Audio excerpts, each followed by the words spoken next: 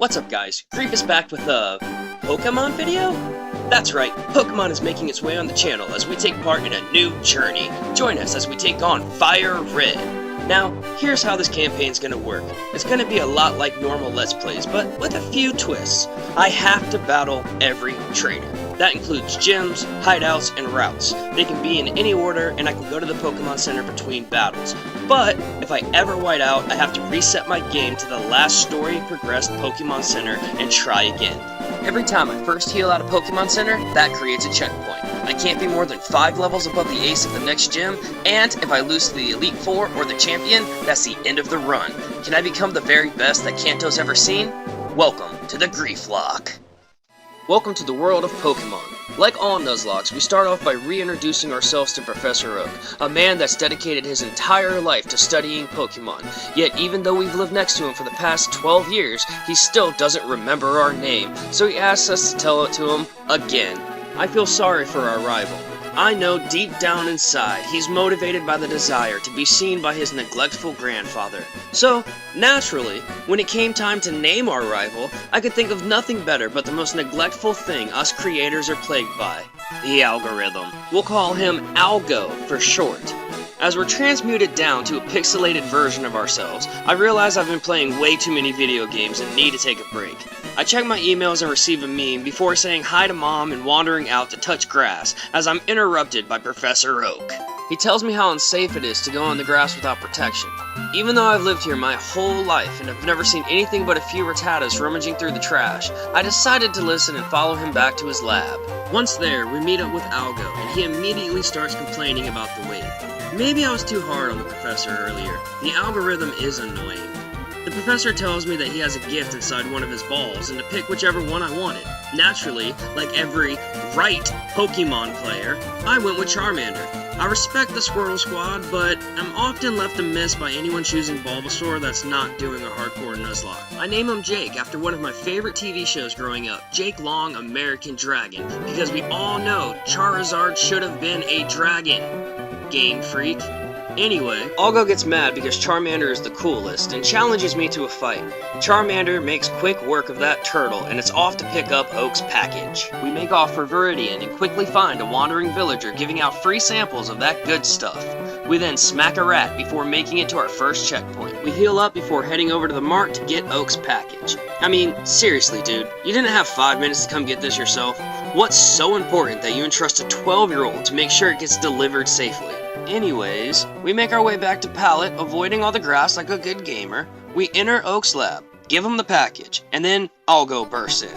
Oak then proceeds to give us the Pokédex and 5 Pokéballs to start our journey. Algo tells me he's going to fill the dex himself, a task I am more than happy to abstain from in this series. He then runs off, but not before telling me his sister has a copy of the map, and he told her not to give it to me. Little does he know, last summer at my friend Joey's house, she and I got to know each other over tacos and Shrek. You can say we have a connection. So, I stopped by to see her, and she happily gives it up. I then stop in and say bye to Mom because that's probably the last time I'll ever see her again, and head out in search of my second Pokemon. We make our way back to Viridian and the next member of our team is waiting just left of town. We're gonna need something to pack a punch against Brock's rock types, so I have a specific Pokemon in mind. There she is. I hit Mankey with a quick Ember, threw one ball, and just like that, naughty nature Miss Piggy is on the team. Look, I love Primate. It was my first favorite Pokemon as a kid, and as happy as I am to have Mankey, we will be replacing her a little later. But until then, we're gonna enjoy this time we have with this little pig monkey. We level Mankey a little before we head to the Pokemon Center, before running into an old man determined to show me how to catch your mom's bedside buddy. After searching for what seems like an eternity to find the one Pokeball in his bag, the old man finally catches the Weedle. As a reward for watching the old man's amazing feat, he gives us a techie TV, something we'll probably never use. We also can't forget about the precariously placed drink a few feet from the old man. Explains a lot. We grind out a few more levels before heading into Viridian Forest. And of course, we get poisoned the first Weedle we run into. Now, I know this isn't a hardcore Nuzlocke, but I still don't like it when my Pokemon faints, so I rush my unprepared self back to the Pokemon Center and heal up before going to buy all the antidotes I'll probably ever need for this series, before heading back to the forest. Now, this is where the battle every trainer stipulation gets interesting. While most Nuzlockes avoid all the trainers, I'm not going to. Meaning, if I'm not careful, I'll start all the way back to the Pokemon Center before getting Oak's package. And for everyone in the comments saying, well, he already cheated because the rival fight next to where he caught the main key, blah blah blah blah blah. Shut up. I make sure to lead with Jake before we get into our first trainer. Jake, as expected, lights a fire under some bug bodies so hot they immediately turn to ash.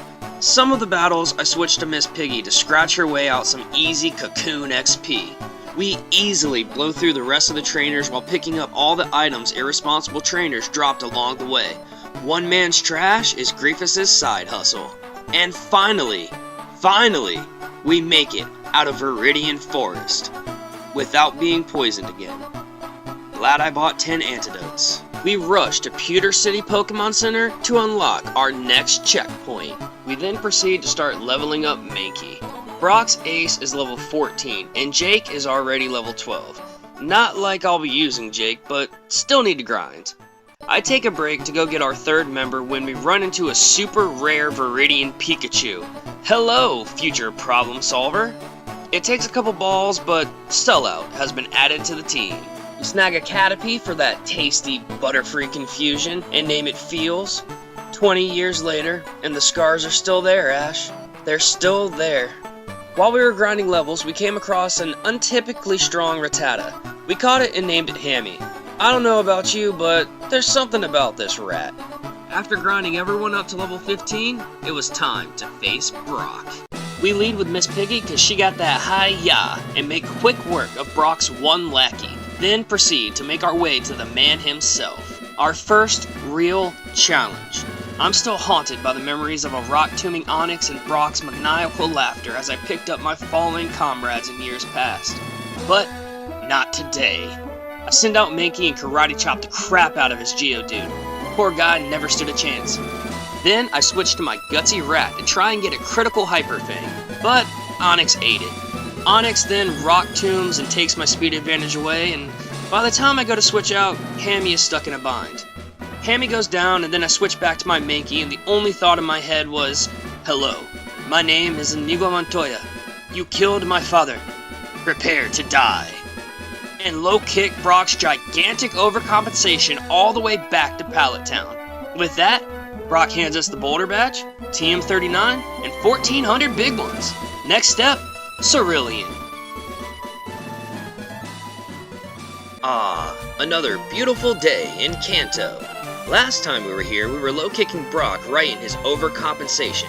Fighting through his tears, he emptied his pockets and finally gave me the respect I deserve. Now that we have the Boulder Badge, it's time to head to Cerulean to face our next challenge, Misty and her pulsing starfish. But before we can take her on, we need to get to Mount Moon. We set off and are immediately stopped by one of Oak's aides. Apparently, Mom thought no candy XP grinding was time-consuming and thought these shoes could help speed things up. She means well, but she's never played an emulator. We happily take them being thankful we finally have a mother that loves us and start battling trainers. I need to remember to be careful battling the next trainers on this path. My team is still kind of squishy, and an angry Machop or Onix could still wipe the whole team and reset us to when we first entered Pewter. Thankfully, the grinding we did for Brock paid off, and nothing really gave us too much of a challenge, and we're able to make it to Mount Moon Pokemon Center without much issue. Also, Charmander evolved. After healing at the Mount Moon Pokemon Center and unlocking our next checkpoint, we're approached by a suspicious man. He claims to be the owner of a fish market and offers me his floppiest fish for $500. We all know the tale of the Siren and the Pirate, so I wisely chose to pass and head into Mount Moon. I don't spend much time on the wild Pokemon in here. There's nothing in here that can really help, so I'm not going to waste time fighting wild Pokemon unless I'm grinding. I start leading with Charmeleon, who makes quick work of a few lost trainers, but I switch to Butterfree to take the brunt of the fighting. Butterfree Confusion is great early game, but his replacement is waiting for us in the next town. I climb down a ladder to find TM46 and a strange man down in a hole. He mentions something about a big job and challenges me to a battle. Dude had a Zubat and an Ekans. To be such an elite organization, they sure don't have the best Pokemon. I kick his butt and start searching for a way out of this cave. I find a few items and get challenged by another guy with a big R on his chest. I realize this must be Team Rocket everyone in Pewter was talking about. Judging by their Pokemon, I'm not worried.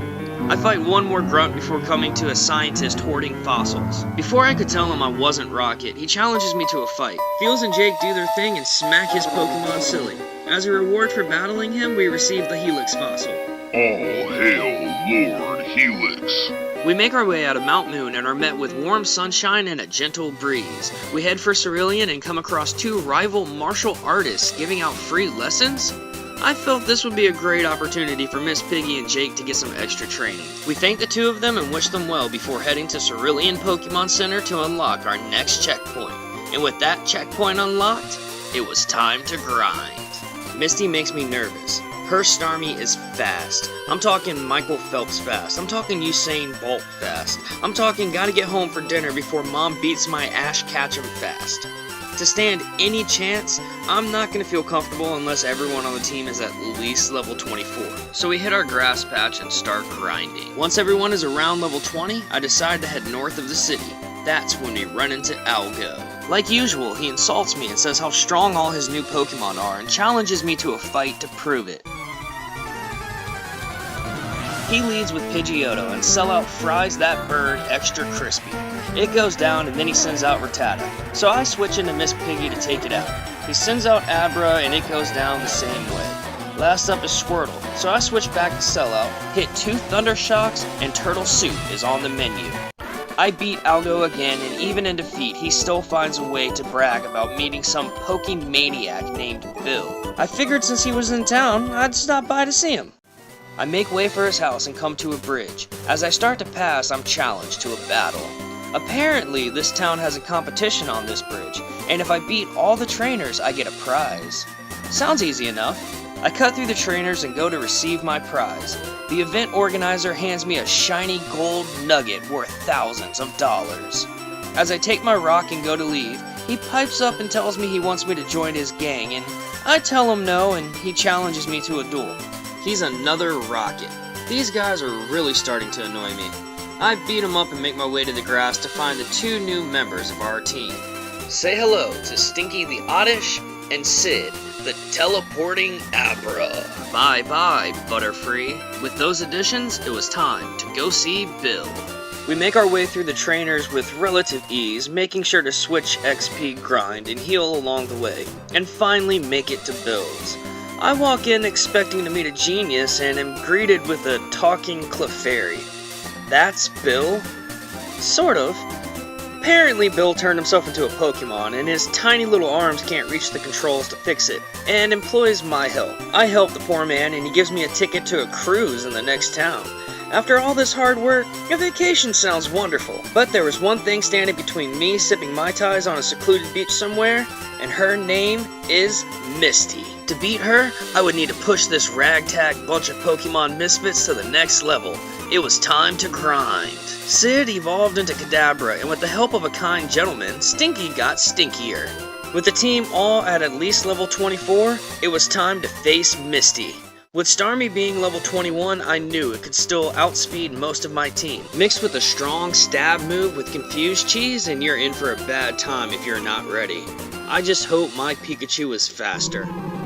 I lead with Stinky to absorb Starmie's entire existence, then the big boy comes out. I switch to Sid to throw up a Reflect before he goes down and switch into Sellout. Wear quicker and deliver a Thunder Shock before getting hit with a Water Pulse for half health. We hold on and deliver the finishing blow. Misty is defeated, and for the first time in this series, I think I may have a chance. And with that, Misty hands us TM3, $2,100, and the Cascade Badge. Next stop, Vermilion. Welcome back to another beautiful day in Kanto.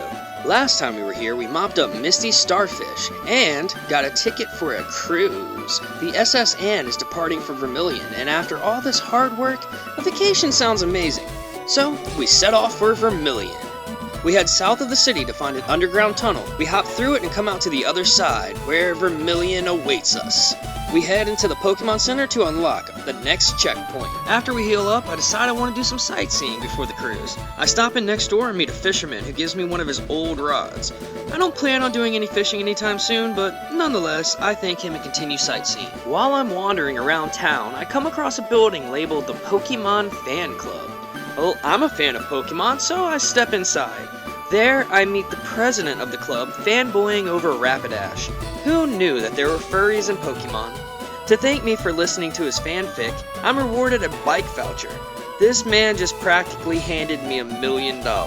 With all the sightseeing out of the way, it was time for the vacation to start. I make my way to the pier and board the SS Anne. I enter and look for my room. The first door I open has a lady that tells me I can sleep with her to feel good. I didn't realize it was that kind of cruise. Bill, you dog, you. After a quick cuddle, I left still searching for my cabin. The next room I enter, I'm challenged by a man with his guard dogs. I would react the same way if somebody broke into my room. Unfortunately, he's no match and I take him down. I scurry out to the hallway. My room has to be here somewhere. I'll battle everyone on this ship if I have to. Nothing's gonna stand between me and this well-deserved vacation. I go door to door battling anyone defending their privacy. The few Nidoran I battled did nothing but remind me of the second permanent member of the team who would be joining us soon. After I was done with the first floor, I made my way to the galley. Nothing crazy in here except a few berries in the trash. It smells amazing though. After talking to the chef about my food allergies, I head for the lower hall. Down here must be where the crew sleeps. Sellout made quick work of the sailor's water types and learned Thunderbolt doing so, one of the best electric moves.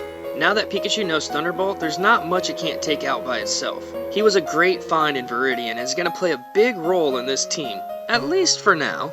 Once all the seamen below deck are wiped up, I want to get some more cuddles before heading to the next floor. I start feeling a little seasick and think some fresh air will help, so I head out onto the deck and am immediately challenged to a battle. I mop the deck with both sailors and head inside, still searching for my cabin.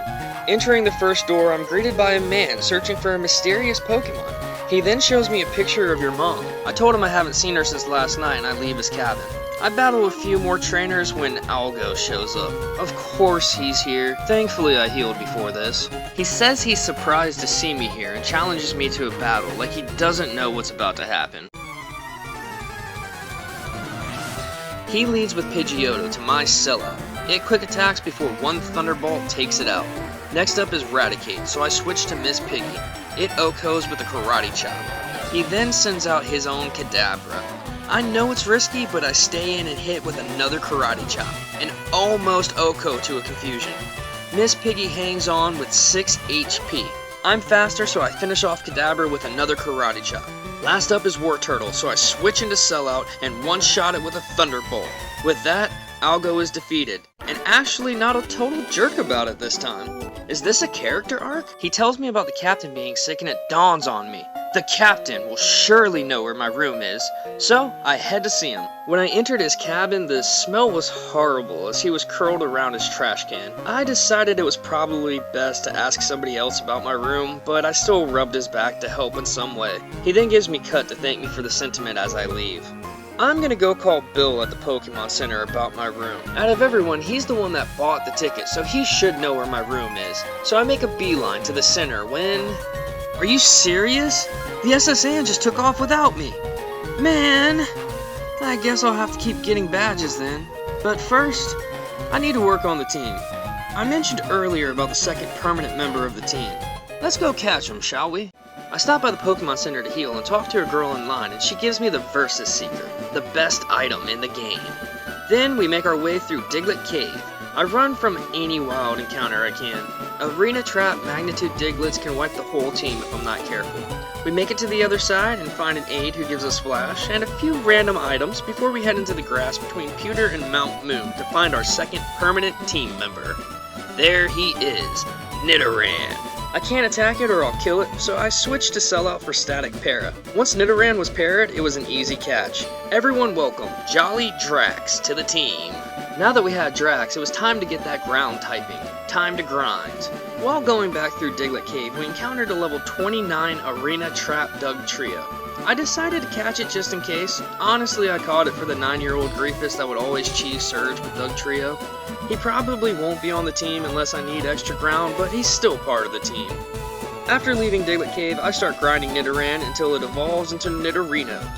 Then, using one of the Moonstones we got from Mount Moon, I evolved Nidorino into Big Daddy Drax. With thrashing Nidoking, it was time to take on Surge's gym. This is my least favorite gym. Not because of Surge, but because of this stupid puzzle. You find a switch in the trash can and the second is supposed to be next to it. Someone comment down below if there's some secret code to first trying this gym. I always seem to spend roughly 10 minutes just doing this puzzle nearly every playthrough. Thankfully my rules dictate I battle everyone, so one-shotting the puzzle isn't too troublesome. I make sure to battle everyone and eventually find both switches before going to the Pokémon Center. After the team was healed, I made sure to lead with Drax and head to challenge Surge for my 3rd badge. Surge leads with Voltorb. Drax comes out and I go for Dig, since it's the only ground move Drax will get for a while. Voltorb goes down and Surge sends out Pikachu. I stay in with Drax and decide it's time to thrash. Pikachu is squishy so it goes down in one hit. Next is Raichu. The second thrash hits, but I get confused as Raichu double teams. Raichu quick attacks and is poisoned by Drax as he hits himself in confusion. Surge uses a super potion. I stay in with Drax and he hits another thrash through confusion. Surge uses a full heal to cure Raichu's poison. Drax snaps out of confusion and connects with another thrash, ending the battle. With that, Surge hands us the Thunder Badge, $2,400, and TM34. Next stop, Celadon. Welcome back to another wonderful day in Kanto. Last time we were here, we were laying the smackdown on Surge's electric rats. Now that we have the Thunder Badge, it's time to make our way to Celadon and challenge Erica's grass types. I heal up and head north of Vermilion to the underground tunnel. Once back in Cerulean, we cut down the tree east of the city to head to Rock Tunnel. There's a good deal of trainers on this route, so I make sure to be careful and to heal accordingly. The last thing I want is to be reset by being dumb. The trainers on this route don't seem to give too much of an issue, and we eventually make it to the Pokémon Center before entering the entrance of Rock Tunnel. Now, I know people are probably going to roast me in the comments for this, but I taught Flash to Pikachu. Look, I don't claim to be a Pokémon expert, and I don't have this map memorized, and pulling up a tutorial is annoying. So, I'm all for using what the game gives you. Plus, we've already talked about Solo. He's here for a good time, not a long time, alright? Once in the tunnel with full visibility, I lead with Stinky. There's a lot of Slowpoke fanboys and personified Gravelers in here. Speaking of personified Gravelers, here's a hiker now. This guy only has a Geodude. 2 Karate Chops take it out, and Miss Piggy is rewarded with Evolution. Darwin would be proud. After the evolution, I lead with Primate. Might as well. This menopausal ruffian would make any mon shudder if confronted in a dark alley. Also, word of advice to anyone going through Rock Tunnel, the trainers in here aren't really the issue. The issue is every 5 steps a wild encounter pops up. I swear, the amount of Zubat and Geodude I saw did nothing but trigger a deep-rooted PTSD of clingy ex-girlfriend's past. But I digress. Eventually, we find the exit and leave Rock Tunnel. On the other side are a few trainers I have to battle because rules say so. After sweeping up the remaining crumbs of combat, I was finally in Lavender Town? This place gives me the creeps. There's a heaviness in the air. But I decided to heal and explore the town while I'm here. I'm sure nothing in this town will be a problem. I enter the Pokémon Tower, the second most sacred place in Kanto, second only to your mother's bed, and run into Algo. Huh, wonder what he's doing here. He asks if my Pokémon are alive? What is he talking about? Before I can say anything, he challenges me to a battle. I got caught slipping and led with Drax to his Pidgeotto. I switched to Sellout and eat a Gust before thunderbolting it out of the battle. Next up is Growlithe, so I switch back to Drax and we use Dig. Down goes the dog. He then sends out Execute, so I switch to Jake and Oko with 1 Inver. Next is Wartortle, so out comes Sellout to Oko with a Thunderbolt. Last is Kadabra, and I decide to stay in and Thunderbolt again. It hangs on, but one more finishes the job. And just like that, Algo is defeated. Wait, where's his Raticate? Oh, God. No. That's why Algo was here? But the SSN? My God, what have I done? And he's back to being a jerk. I don't feel bad anymore. After Algo scurries off, I decide to explore more of the tower when a literal freaking spirit shows up. Mama ain't raised no fool, so I decided to get the heck out of there and hurriedly run to Celadon. After battling a few more trainers, I have to take another underground road like it's 1846 and finally make it to Celadon. As I enter town, I notice a member of Team Rocket on the way to the Pokémon Center. If Team Rocket is here, that means trouble. I heal up, unlocking a new checkpoint, and set off for the department store Celadon is known for. Dad's gotta do some shopping. I snag a few TMs for later and make sure to stop and get a few precious gemstones. I give Celadon a Thunderstone so he can finally live up to his name. Then, I made sure Stinky got stoned as well. Puff puff pass, bro. After I finished evolving the team, I stopped and met a sweet old lady that had some special tea she was slinging on the low. I then went and found every basic white girl's favorite Pokemon, so that's what I named it. I then stopped inside of a cool looking building with flashing lights that read Game Corner. I was ready to make financially unstable investments until I saw a member of Team Rocket. I went over to confront him and challenged him to a battle. He was short work and ran away saying something about warning his boss and disappeared. Inspecting the poster he was guarding revealed a switch that opened a secret staircase. I followed the steep steps to confront any Team Rocket down here. The first floor only had a couple of guards and a barricaded door, so after I beat them up I descended further into the basement. There was only one guard on the second floor. I made quick work of him before descending deeper. I'm saving the spinning puzzles for after I clear everything else. The third floor was pretty much the same, only a couple guards and a floor puzzle. I decided to clear the floor and start working back towards the exit. Tucked in the corner was another staircase that led to a lone grunt. I battled him and he dropped a lift key that I snatched before he can pick it up. Back on the second floor, I started solving the floor maze, picking up all of the items. Once complete, I hit the final set of stairs and clear the final floor before getting in the lift all the way to the bottom. I get off the lift and find two guards taking point on either side of a reinforced door. The boss must be behind there. So I challenge them and beat them both before finding myself in front of a slimy, oily glistening man. He introduced himself as Giovanni, the leader of Team Rocket. No matter his rank, he'll fall like the rest. He leads with Onyx to my Sid. Sid side-beams and Onyx hangs on with a sliver of health and is taken out with confusion. He then sends out Kangaskhan, so I switch into Miss Piggy, who OHKOs with a karate chop. Last up is Rhyhorn. I stay in with Miss Piggy, and a karate chop and a low kick later, Giovanni is defeated. And just like every failing company, it starts at leadership. Giovanni vows revenge and disappears, dropping the Sylph Scope. Wonder what that does. Better hang on to it just in case. Now that the town was free from Team Rocket, it was time to face a real man, Erica. This gem has to be the most women in one space I've seen since a video I saw the other day, although it does seem a little tamer in here. I'm leading with Jake, finally being able to effectively use my starter and burn through these ladies like a fire started by Vanguard. Now the only thing standing between me and the fourth badge was Erica. It's time to battle. I lead with Jake because of course I'm leading with Jake, and she sends out Victory Bell. I hit an Ember before getting parried. Losing speed, Jake takes a hit before another Ember takes it out. Next up is Tangela, who ingrains and OHKOs to an Ember. Nice play. Last up is Vileplume. It hits Jake twice due to back-to-back paralysis, but I finally hit it with an Ember.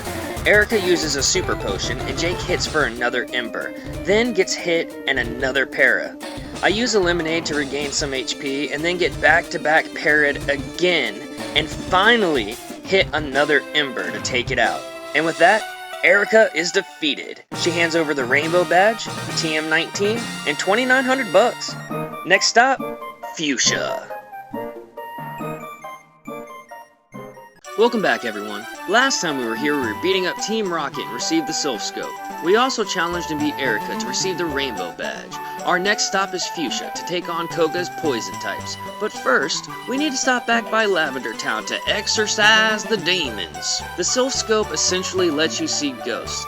At least that's what a scientist in Celadon told me, so I figured I'd try it out at the Pokemon Tower. Hope I don't run into any Raticate poltergeists. I make my way back to the Pokemon Tower and ascend. There's a few channelers on the floors that have a bunch of Ghastlies and Haunters, but nothing really seems to be much of an issue. Ghost is my favorite typing though, so I decided to catch a Ghastly and put it in the box. Now, earlier I said I wasn't interested in completing the Pokédex, so why am I catching Pokemon? Good question. While I'm not interested in Dex completion, I do need to catch some for an item. Once I get this item, training will become so much easier, and I won't have to catch anything else unless they're making the final team, but more on that later. I keep ascending the tower until I reach a set of stairs that's blocked by a ghost. Using the Sylph Scope reveals Marowak's spirit. A single tear falls as her spirit is released and she can finally be at peace. Climbing the last set of stairs, I find Team Rocket. I'll make them pay for what they did to Marowak. I lead with Sid to pretty much OHKO all three of their teams. Unable to deal with their defeat, they scurry off like the roaches they are, revealing an elderly man that they had kidnapped. He introduces himself as Mr. Fuji, and thanks me and invites me to his home for a reward. After arriving at his house, he presents me with the Pokeflute, a powerful instrument that can awaken sleeping Pokemon. I thank him and continue my journey south to Fuchsia. Making my way down, I make sure to battle all of the trainers, including the double battle, which I love double battles, and I wish there were more in this game. I then come across a sleeping Pokemon. I had seen a picture of it before, so I knew I had to be careful. I used the Pokeflute, and Snorlax awoke, charging me. She put up quite the fight, but I eventually managed to catch Mommy Milky and continue my journey. I decided with the path now clear, I'd use this time to go cash in my bike voucher. You never know when you might need it. Okay, I do know I'm gonna need it in a little bit for Bike Road, a completely avoidable part of this game, but my stupid rules make it so I have to do it, so that's why I'm here. After receiving the bike, I continue back on the path for Future when I come upon a house with another fisherman who gives me a super rod. This is going to come in handy when we're going to be adding 2 permanent members in Fuchsia, and we need the rods to do it. Now, this is the part of the game to what I like to refer to as Grinder's Lane. There are so many trainers on this path from Lavender to Fuchsia that this is where I usually do all my level grinding on playthroughs. They may not have the strongest Pokemon, but it's the tightest group of trainers to optimize the Versus Seeker. The money I get from targeting beauties also comes in handy for the final preparations for the Elite Four and the Champion. After making it past Grinder's Lane, I finally arrive in Fuchsia and immediately head to the Pokemon Center to unlock our next checkpoint. After that, I decided to explore the town a little bit. I met the Move Deleter, and right next door is Bill's grandparents. Should I tell them that their grandson is transitioning into a Pokemon? Nah, not my place. I then met a man with no teeth who had a terrible time trying to speak. I'll make sure I keep an eye out if I find them. I then find another fisherman who gives me a good rod. With that, the rod trinity is complete and I can start assembling my final team. It was time to enter the Safari Zone. I'm using this time to catch as many Pokemon as I can. We need 50 to unlock the XP share, and the Safari Zone is going to do wonders to help me get to that goal. We catch a Venonat and an Execute we name Benny to add to the team. We also catch a Doduo before eventually finding a set of gold teeth. I know where these belong, so I put them in my bag for safekeeping. I then come upon a large building at the end of the Safari Zone that I enter. There I met a man in celebratory applause congratulating me on winning a prize by finding his house. The reward is HM3. I'm so happy to have finally won something that invigorates me to spend more time and money catching the endangered beasts in this peaceful sanctuary. So that's what I did. First Paris, then Parasect, Nidorina, Rhyhorn, Nidoran Female, then a Magikarp, Goldeen, Seaking, and a Golduck. I also caught a Tauros, but the footage got corrupted, so you're just gonna have to take my word for it. Then it was time to focus on the next 2 permanent members. Up first was the easy one, a Poliwag. I named him Binya Binya. If you know, you know. Welcome to the team. Next up is Dratini. No joke. I sat here for 30 minutes with Speed Up trying to catch this little fleshlight until I was finally able to catch one. Welcome Pain to the team. With the team restacked, it was time to grind. First up is Binya Binya that evolved into Poliwhirl. Next, Jake stepped up, reaching his true potential. I then hit Benny with the Leaf Stone to evolve into Executor. Binya Binya got mad at this and stole a Water Stone out of my bag, evolving into Poliwrath without Hydro Pump. Last up was Pain, being a pain to evolve into Dragonair. Exactly why I need the XP share. After training, I heal up and revisit the Toothless Man. I hand him the teeth I found and they fit. He rewards me with HM4 for my good deed. I then teach Drax strength to push the boulder and pick up a rare candy. I then make my way to one of Oak's aids that rewards me with the experience share, and I immediately give it to Pain. Now that the team was ready to go, it was time to face Koga's gym. Koga specializes in poison types, my least favorite typing. However, this is a poison gym, meaning his flunkies have no problems using Pokemon like Hypno and Sandslash. Basically any Pokemon that learns a move capable of poisoning you is fair game. Glad I knew better than strictly relying on one team member for this gym unlike every other one. I respect Koga for his gamesmanship. This kind of strategy is probably why he eventually got promoted. Spoiler alert, after taking care of Koga's cronies, it was time to face the ninja himself. Believe it! I lead with Benny and he sends out Coughing, and one Confusion takes it out. He then sends out Muck. I use Confusion for over half health while it minimizes. One more Confusion knocks it out. Another Coughing comes out and it falls, just like its brother did. Last up is Winston, and Benny one-shots it with Confusion. Koga is defeated. With that, he hands over the Soul Badge, $4,300, and TM6. Next stop, Saffron City.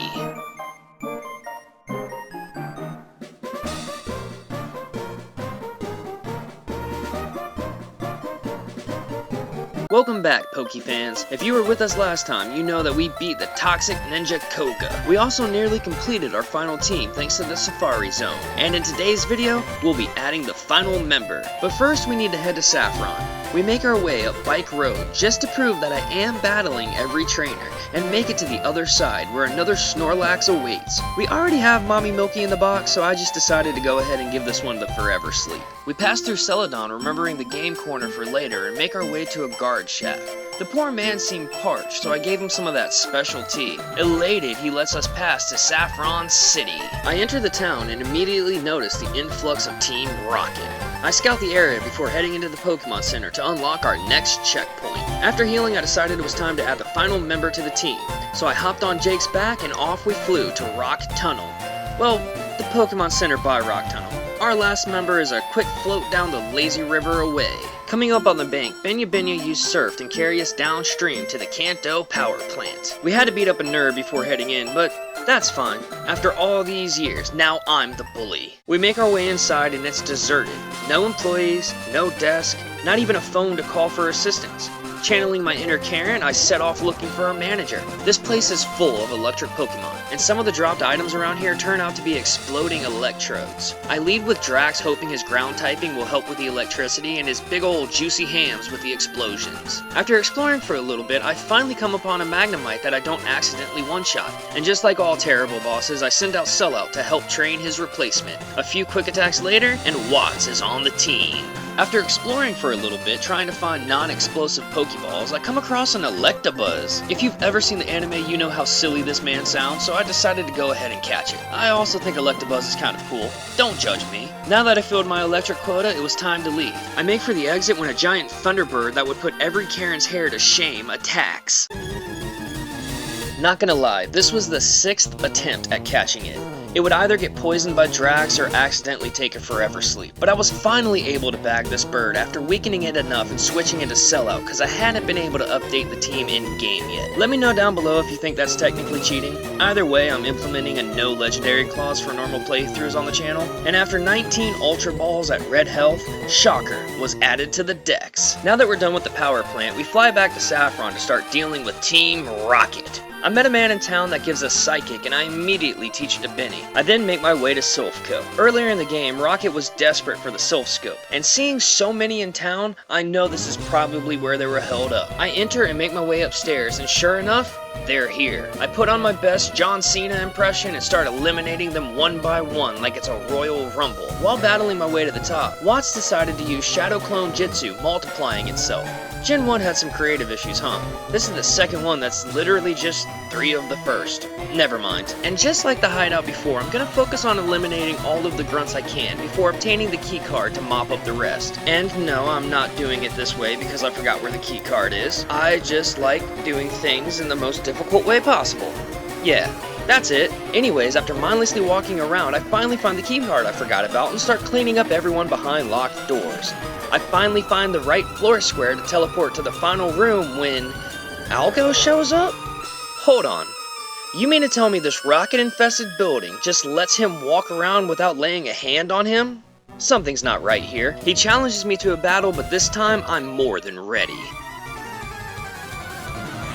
As always, he leads with his bird, and the first time in this series I'm underleveled with Watts. It wastes a turn lowering my attack while I connect with a spark and paralyze it. Pidgeot gets parried and another spark takes it out. Next is Growlithe, so I bring in Big Papa Drax. I go for Dig to Oko the little puppers. Next is Execute, and I stay in for whatever reason and use Dig and get Stun Spored for my negligence. I switch to Jake like I should have to begin with, and Flamethrower those egg seeds scrambled. Next is Blastoise, so I switch back into Watts and it successfully double protects my sparks. It hits a water gun and we finally connect with Spark. Realizing Watts' level was going to make this difficult, I go for Thunder Wave, cutting its speed and connect with Spark before Watts goes down. Benny comes out and finishes it with a Psychic. Last up is Alakazam, his true ace. I switch to Benya to put it to sleep, but not before it sets up a Reflect. I use Brick Break and shatter his Reflect and take it to half health. He stays asleep and one more Brick Break ends the battle. Algo again is defeated. He tells me I'm ready for the boss. Weird thing for a 12-year-old to say, and he runs away declaring to be the next champion. Impressed by my mad skills, the only witness gives me a Lapras. I name him Nessie and send him to the box where he'll stay forever. I make my way to the boss and take out a grunt along the way. Giovanni. First Pokemon, now holding people hostage? It's time to battle. He leads with Nidorino and I Watts. It's mixing Horn and Fury Attack and I'm spamming Spark. A couple turns later, it falls. He then sends out Nidoqueen, so I send in Benya and surf it down and get poisoned doing so. Next is Kangaskhan, so I switch to Jake and 2 Brick Breaks take it down. Last is Rhyhorn, so I switched back to Benya and Oko with the Surf. And Giovanni's response to losing says it all. He blasts off at the speed of light, taking his cronies with him. I rush over and check on the president, and he thanks me by giving me the Master Ball. Huh, I wonder what I can use this on. I thank him and head back to the Pokemon Center to heal before taking on the gyms. Apparently there's 2 in this town. First up is the fighting gym. You all know about this, so I'll spare you and just jump to the final battle. He's got a Hitmonlee. I lead with Watts and switch to Benny, and Benny takes it out with a super effective Psychic. I then switch to Pain for Mr. Chan. A few twisters later, and I'm rewarded with a Hitmonchan that I named Jackie. Now that that's done, it was time to take on Sabrina. Now I did battle all her trainers, but I heard a rumor back in the day that if you just hit every lower left square, it'll take you right to her. And lo and behold, the rumor was right. With nothing left in the way, it was time to face my toughest challenge yet. Let's do this!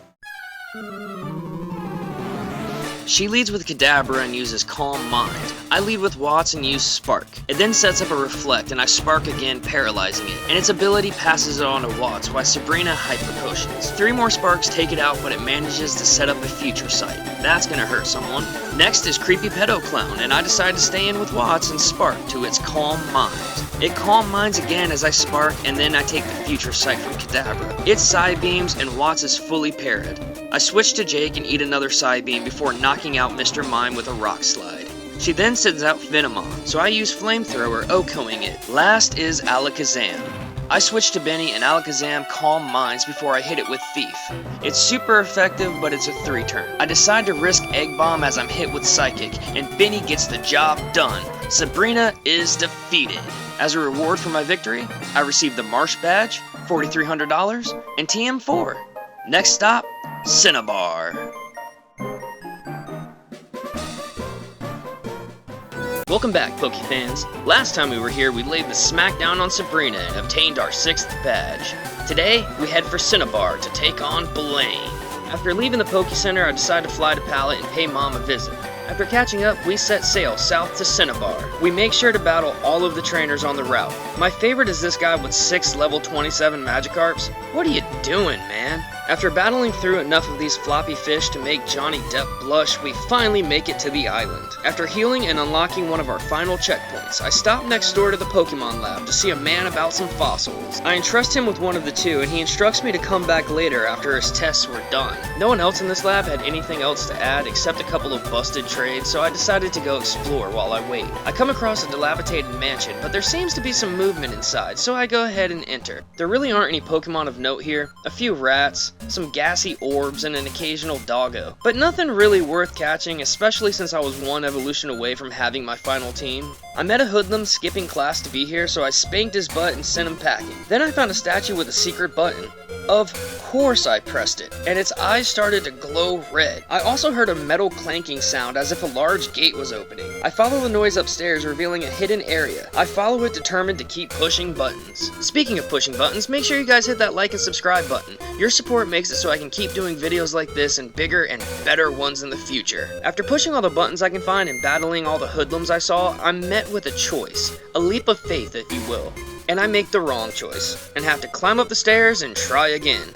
Thankfully, there's no fall damage in this game and no real consequences for being dumb outside of self-imposed rules. And unlike that ex that dumped you freshman year, video games will always give you another chance. After choosing the correct path this time, I'm met with more trainers in another secret room. There's more statues down here, so I make sure to press those buttons too. After hitting the last button, I make my way into a room with a key on the table. I snag it like the closet klepto I am and head for the exit. After my trip to the mansion, I figured enough time had passed to go check on the fossil I gave the weird scientist man. I don't even say a word before he exclaims he brought back an ammonite using DNA. Not taking a second to ask if we should, I accept the Pokemon, and Lord Helix was sent to the box. I hand over my second fossil to Dr. Frankenstein to resurrect and make off for Blaine. This gym is all about trivia, a simple game of yes and no, true or false. There are some weirdly worded ones like this one. You can literally pass by everyone if you just paid a little bit of attention. But these questions are just so easy, I am glad I made the rule where I have to battle everyone. That was the only way this felt like a real gym challenge. They weren't particularly hard anyway because I'm just using Binya Binya. Yes, I am leading with a water type for a fire gym, go figure. So after washing up all of Blaine's hotheads and acing his trivia, it was time to face the shiny-headed man.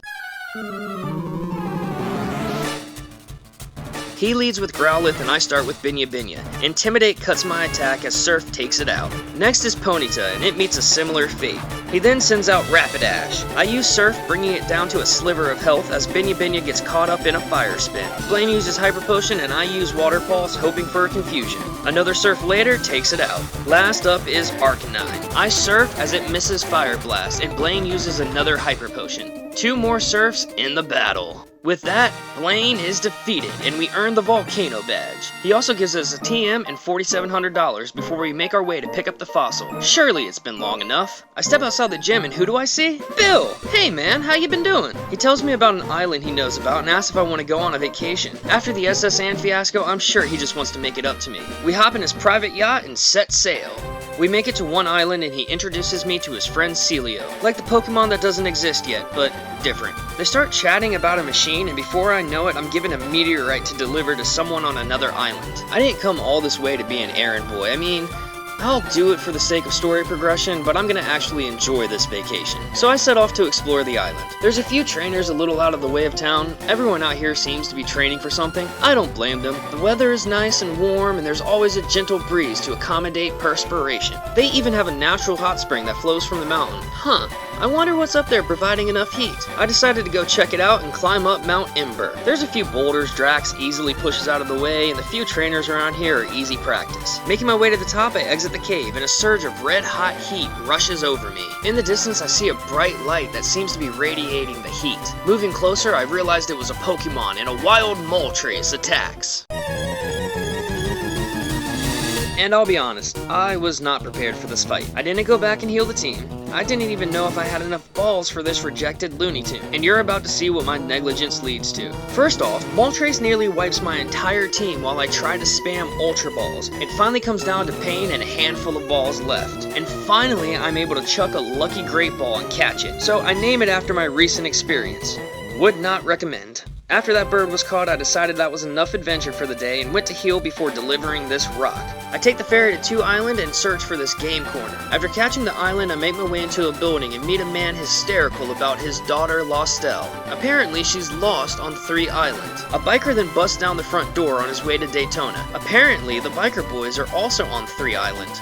Weird coincidence. I set off for 3 Island and search for Lostelle, ready to take on any biker in my path. I get there and see that they're already causing problems, so I rush to find the leader to end this. In the center of town, the bikers are harassing the town folk, so I step in and take them on. Binya and Jake team up and take out their toxic Pokemon with ease, and they zoom off, never to return again. With the bikers gone, I still needed to find Lostelle, so I followed the path to the Berry Forest. Now, I don't know this map very well, so how I was able to find my way through so quickly is blindly impressive. I find Lostelle far away in the forest, crying, claiming a Pokemon stole her and she is scared. No sooner did a Hypno pop out and I had to protect her. I know I made a joke about Mr. Mime last episode, but this truly is the creepy pedo clown. Benny connects with 2 thieves, giving it a taste of its own medicine, and it falls. I make sure to accompany Lostelle back to her dad and give him the meteorite from Bill, and then I go and meet back up on 1 Island. The machine is finished, so now the people of the islands have access to the PC.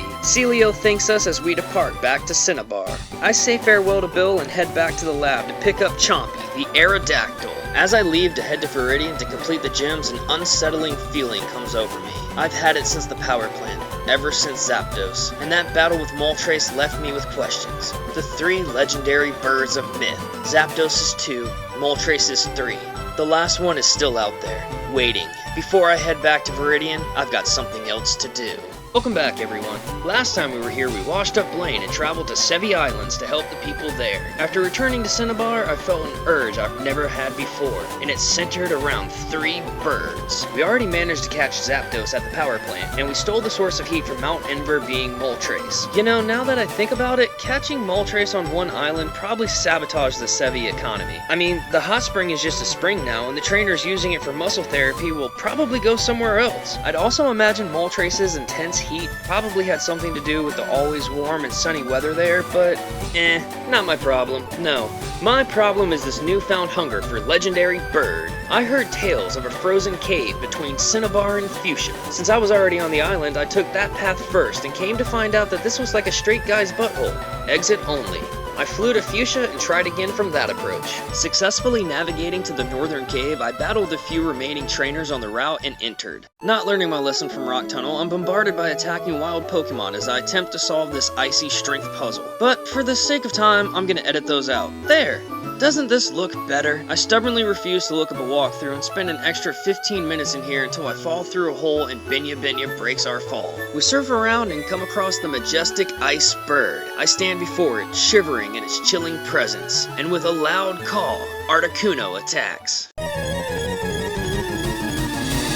I forgot to remove Benny from the lead and managed to hit an ugly Giga Drain as it sets up agility. I switch to Jake as it hits another agility. Jake isn't built physically, so I spam Brick Break, chipping down its health, and eventually Jake falls to 3 Ice Beams. I then send out Drax to use Strength. I forgot about his ability, and 1 poison will be bad. Thankfully, Drax gets it down to red health without poisoning it, and I switch it to Binya to put it to sleep. I throw 3 Ultra Balls and add Elsa to the dex. Satiating my need for legendary birds, I quickly left with my prize and flew to Viridian City to heal up before taking on the final gym. Along the way, I ran into the old mine that gave me a lousy TV, and I told him what I really thought about it, and then I made my way inside of Viridian Gym. Not much is known about the gym leader here, but the puzzle looks familiar. It's been so long since I've done this gym that stumbling through it and battling trainers looks more intentional than it should. These trainers seem to have ground types. Luckily, I have a Binya and spam a combination of Surf and Water Pulse, making these battles relatively easy. By the way, the level cap for this gym is 55, his ace is 50, and most of my team isn't even level 50 yet, so I'm definitely not over leveled for the gym, but all these trainers before the leaders stand no chance. I may have to find a ROM to up the difficulty in the future, but for now we'll finish up the trainers and heal up one more time before challenging the leader. I round a corner and to my shock the final gym leader is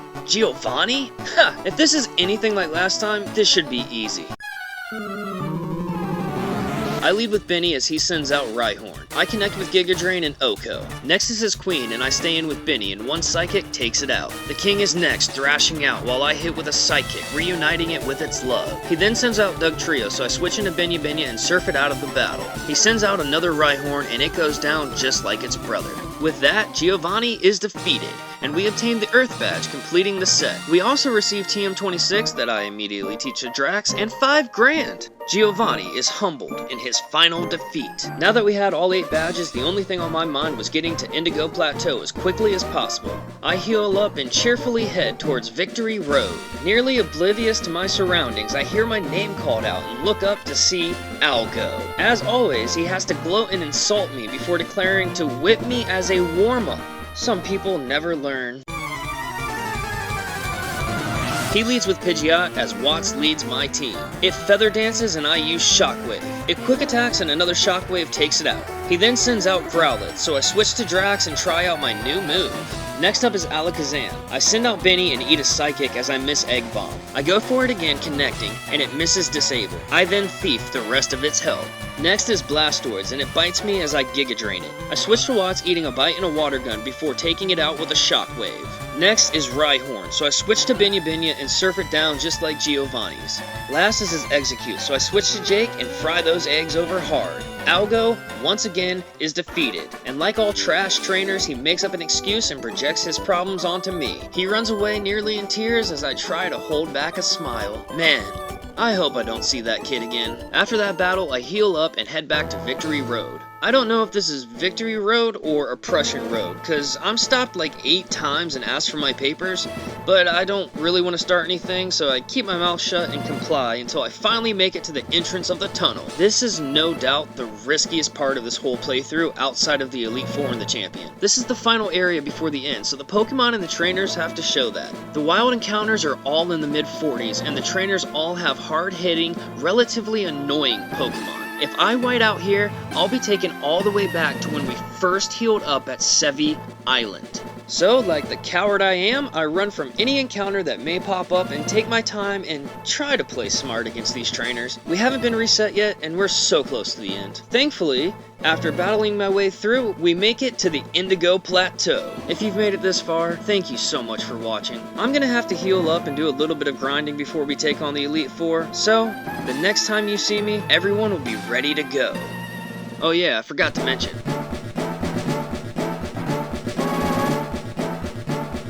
We now have a Dragonite. Welcome back, everyone. I went ahead and did all the grinding and final team building off camera. We also got everyone up to level 62, so let's go ahead and do our final recap of the team. Our main lead is going to be Benny. I gave him the Quick Claw because he's a special attacker and physical tank, but he's slow. His moves are Thief, Psychic, Egg Bomb, and Giga Drain. Next is Jake, and I gave him Charcoal to boost his Flamethrower. He also has Fly, Rock Slide, and Brick Break for coverage. He's super fast and special, so Flamethrower is really all we need. Next is Watts, and he's a typical Magneton, but I did invest more in physical defense and speed. He's got Thunderbolt, Tri-Attack, Shockwave, and Thunder Wave. Then is Benya, holding a black belt we got from the fighting dojo. He's got good defense, speed, and attack. I put extra care in his stats because I love Poliwrath. He's got Surf, Hypnosis, Ice Beam, and Brick Break. Next up is Big Daddy Drax with a 170 invested speed and a massive 151 attack. Its poison point will be an issue if any Mon wants to get physical. His moveset is Earthquake, Thrash, Brick Break, and Shadow Ball just for coverage. Last is my favorite Pokemon of all time, Pain. He's got the experience share because leveling up sucks for Dragonites. He's a pseudo and his stats reflect it. Look at that attack. He's got Inner Focus and his moves are Outrage, Aerial Ace, Thunderbolt, and Ice Beam. Y'all let me know down below if you think the team can beat the Elite Four and the Champion. And remember, if I lose to just one of them, the series is over. But I'm feeling fairly confident, so it's time to cement my name in Kanto history. Elite Four, here we come. We enter the first room and notice ice pillars throughout. I approach the trainer and she introduces herself as Lorelei. She tells me her prowess of ice got her this position, being the first challenge. I take a deep breath, and the gauntlet begins. Lorelei leads with Dugong as Benny starts us off. We Giga Drain as it safeguards. Lorelei then uses full restore, ruining my plan to thief its life points. I use another Giga Drain and take it out. She then sends out Lapras, so I switch to Watts and connect with a Thunderbolt. It hangs on and uses Confuse Ray. We manage to hit a Shockwave through Confusion and Lapras is no more.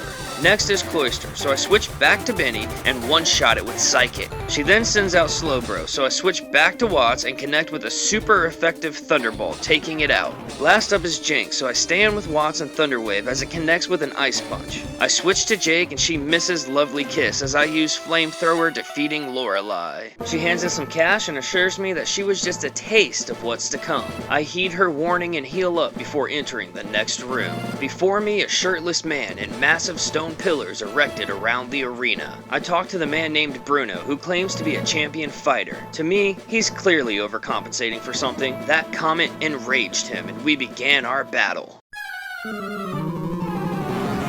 He leads with Onyx, not a fighting type, and I, Benny. I use Giga Drain and it goes down. Next is Hitmonchan that goes down to a Psychic before it even realized it was in a fight. Then he sends out Hitmonlee, who manages to connect with a Mega Kick before it falls to Psychic. Bruno then sends out another Onyx, again, not a fighting type, so I switch to Benya and use Surf, taking it out. Last is Machamp, so I switch back to Benny and one more Psychic defeats Bruno. Not one to waste words, he tells me to go through and throws a tantrum. Maybe if he trained a little harder, he wouldn't get dunked on by everyone playing Gen 1. I make sure to heal the team before proceeding further. The next room, an elderly woman awaits me. Surrounding the arena is purple and gold pillars, almost like shrines. I speak with the woman who's named Agatha. Apparently, she and Professor Oak were once close, maybe intimate. Ugh. There are few things more deadly than a woman scorned, and she vows to get her vengeance on Oak through me. The battle begins, and I am terrified. She leads with a freaking Gengar, and I start with Benny, the true MVP of this team. Gengar double teams, but Benny is able to see through the illusion and connects with Psychic, taking it out. She then sends out Arbok, as Benny stays in connecting with Psychic, as Arbok misses, eliminating it. Then she sends out another Gengar, and it sludge bombs Benny and gets taken out with Psychic. Next is a Golbat that uses Air Cutter, and Benny takes it down with another Psychic. Are you guys seeing a pattern here? Last up is Haunter, who misses Hypnosis, and yep, you guessed it, a Psychic takes it out. Agatha is defeated by spamming one move and has a change of heart, allowing me to pass to the final room. I make sure the team is ready before entering. I walk down a long hallway leading to a single door. As I enter, it slams shut, sealed behind me. I stare at a man in a cape with fire for hair. Surrounding the arena appear to be giant claws of something. I approach the man, who introduces himself as Lance, a dragon master. He tells me dragons are mythical and powerful, and only the strongest trainers can harness their power. I laugh, knowing all too well about the trials and tribulations. See, I know all about pain. He leads with Gyarados, and for the first time, Pain leads the team. Gyarados' Intimidate cuts my attack as Pain connects with a Thunderbolt, eliminating it in return. Next is Dragonair. I stay in and use Ice Beam, and it goes down. He sends out another one, and it holds on with a sliver of health as it paralyzes Pain with Thunder Wave. Lance uses a full restore, but I decided to go for Aerial Ace and crit away its life points. He then sends out his own Dragonite. Not wanting to lose a speed challenge because of paralysis, I switch to Benya and use its own Ice Beam, freezing it solid. One more Ice Beam knocks it out. He then sends out Aerodactyl, and it wing attacks as I miss Ice Beam. It wing attacks again, and I correctly use Surf, finishing the battle.